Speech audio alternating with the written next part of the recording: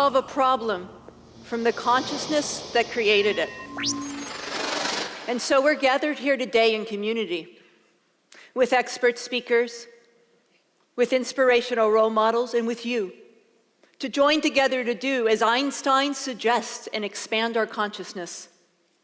Bring in new ideas so that together we can solve for X. I'm Jennifer Barr. I'm one of the co-curators here at TEDxBerkeley. And our first speaker has been solving for X for decades using innovative technology. He's on the board of the X Prize Foundation. He's a serial entrepreneur, a noted philanthropist. And he's here to talk to us today about solving X, not just through exponential technology, but through redefining our inner technology, how we look at abundance. Please join me in welcoming Naveen Jain.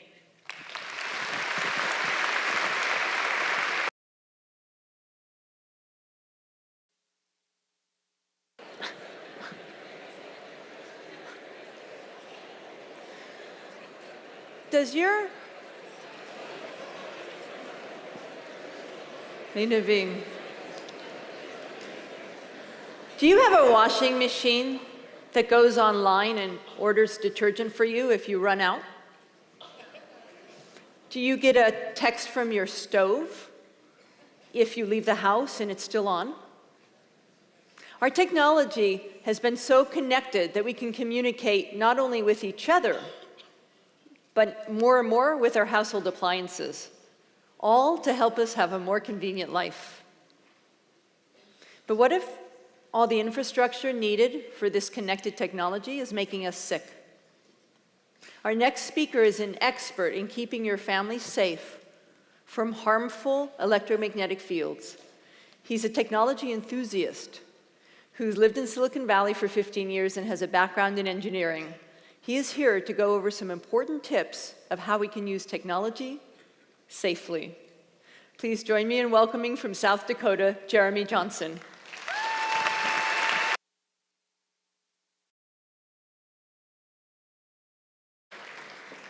May the force be with you to boldly go where no man has gone before. We grow up with movies and with TV shows with entire galaxies of alien civilizations, complete with different species and, according to C-3PO, 6 million languages at least. But when we look at the issue of do extraterrestrials actually exist, we're not sure. There are billions of stars out in the universe, and Earth is the only one with intelligent life. Or are we? Our next speaker is one of the best people in the world to help us explore this interesting issue. He has 3 degrees from Berkeley. Go Bears. He's an astrophysicist who's the head of Berkeley SETI, Search for Extraterrestrial Intelligence. And he's one of the leaders of the prestigious Breakthrough Listen initiative that was announced last year by Stephen Hawking. It's a $100 million 10-year program that listens to see if ET really does phone home. Ladies and gentlemen, welcome Dr. Andrew Simeon.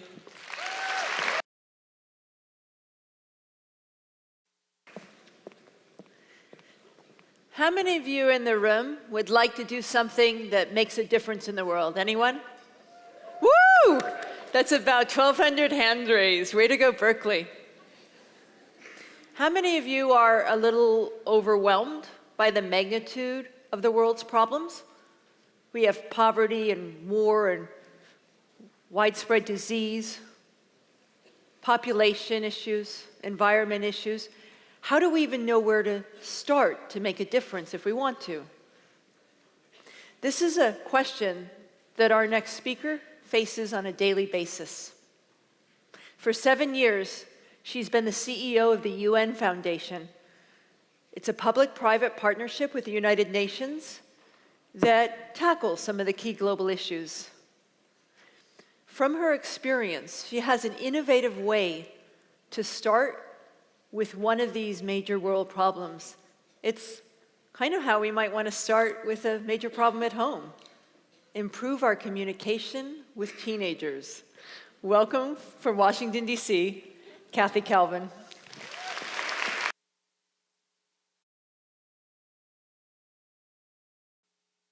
Wow, UC Berkeley Azad, isn't that amazing? Another round of applause. Makes me want to dance. Do you know that they're Cal's professional award-winning Bollywood dance team? And it's completely student-run. All of the costumes, all of the moves you saw were designed by the students. And their idea of finding X is to look for the intersection between South Asian traditionalism and Western modernism. Another round of applause.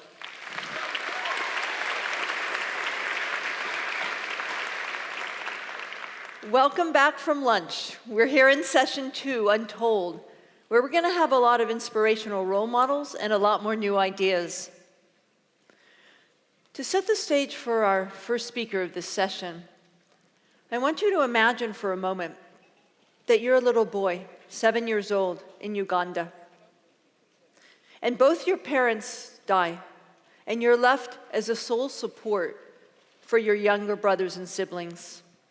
It's hard to know where to find food, let alone how to get hope for the world or your life. Fast forward less than 2 decades, and you're an international social entrepreneur.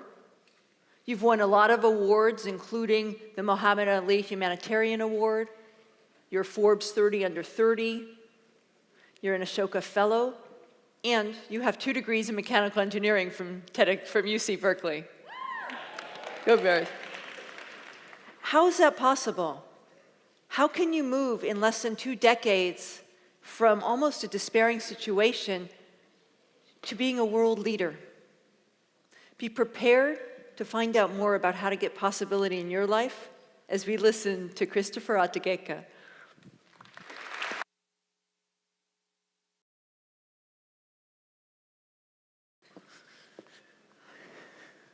Empowering women and girls is getting a lot of attention globally, and that's a good thing. What solving for X has looked like has been increased access to education, to technology, and to jobs. Our next speaker says we're looking at the wrong equation. You can't even solve for that X until you understand that there's a whole nother variable, Y, that we haven't even been looking at. She's been a professor at UC Berkeley for 15 years and has extensive experience living and working with women and girls in developing countries in multiple continents. And even when they have access to education or access to jobs, they still can't take full advantage of it because of this issue. Fasten your seatbelts, ladies and gentlemen. We are about to have a very frank discussion that's going to redefine how you look at gender equality. Please welcome Professor Isha Ray.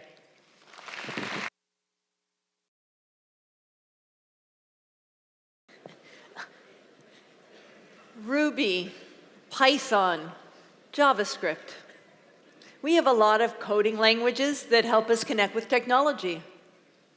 Is there a special kind of coding language that might help us connect better with each other? Our next speaker says yes. She's been both a career technologist and an artist, so has a unique perspective about how to use technology and enjoy it and still have joy in life. She's an advisor to startups and has designed and teaches a university course on how neuroscience and mindfulness practices can help us with innovation. Please join me in welcoming from San Francisco, Ellen Petry-Leens.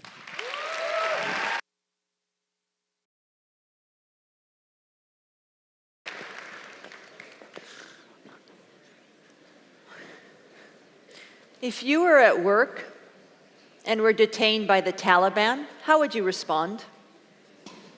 Would you go back to your job? Would you want to carry a gun to help keep you safe? What if bringing peace into the world were your job, your mission, because you work for the United Nations? How would you handle the fear? Our next speaker has faced this for almost 15 years as a human rights expert for the United Nations. In her own journey and covering her own techniques to learn how to bring peace into war-torn regions, she's discovered some unique insights on how we might help get more peace in the world by helping the peacekeepers.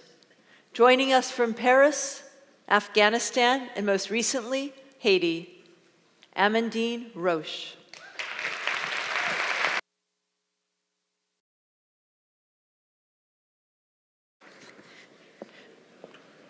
Do you remember what it felt like when someone put you down?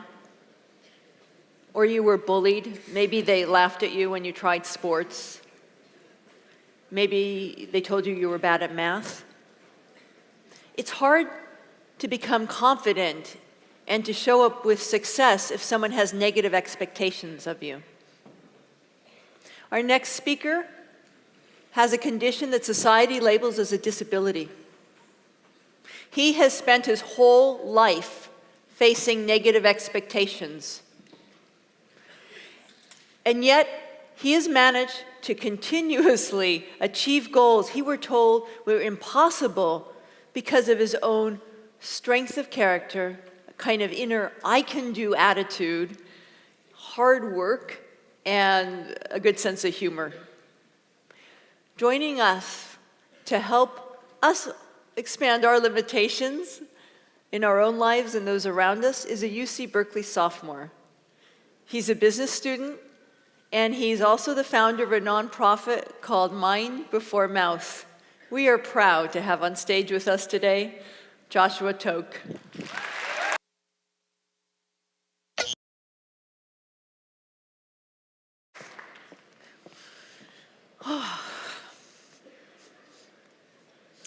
What a session of change makers. Gandhi, Martin Luther King, and Mother Teresa all became change makers in the world because they developed the character traits to have the personal power to be able to bring in new ideas and to be able to hold them when the going got tough, when the going got really tough. That's something we can all do too. And our next speaker has a place to start. She's a minister who has had to develop that inner strength through decades in her own life experience and in dealing with congregational issues. As an LGBT African American woman, she has become the voice of possibility in many communities. From Inner Light Ministries in Santa Cruz, California, where they're having a live stream party, please join me in welcoming Reverend Deborah Johnson.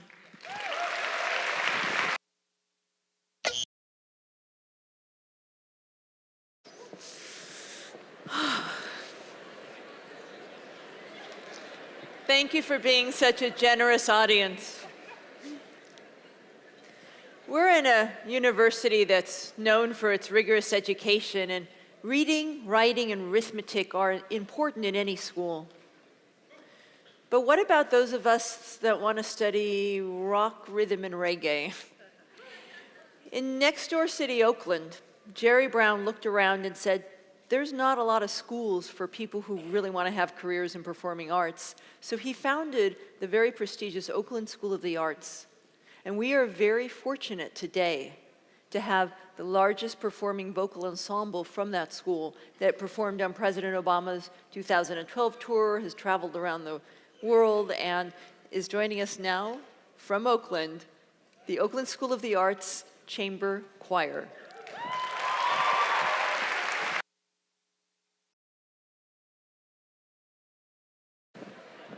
What a session, huh? Well, we're ready now for a break. We have exactly half an hour, so try to be back here around 3:50. If you check out Laurel Sproul, there are exhibits and things for us to look at. Be sure to meet someone new and take a new seat when you come back, and we look forward to seeing you for our third and last session.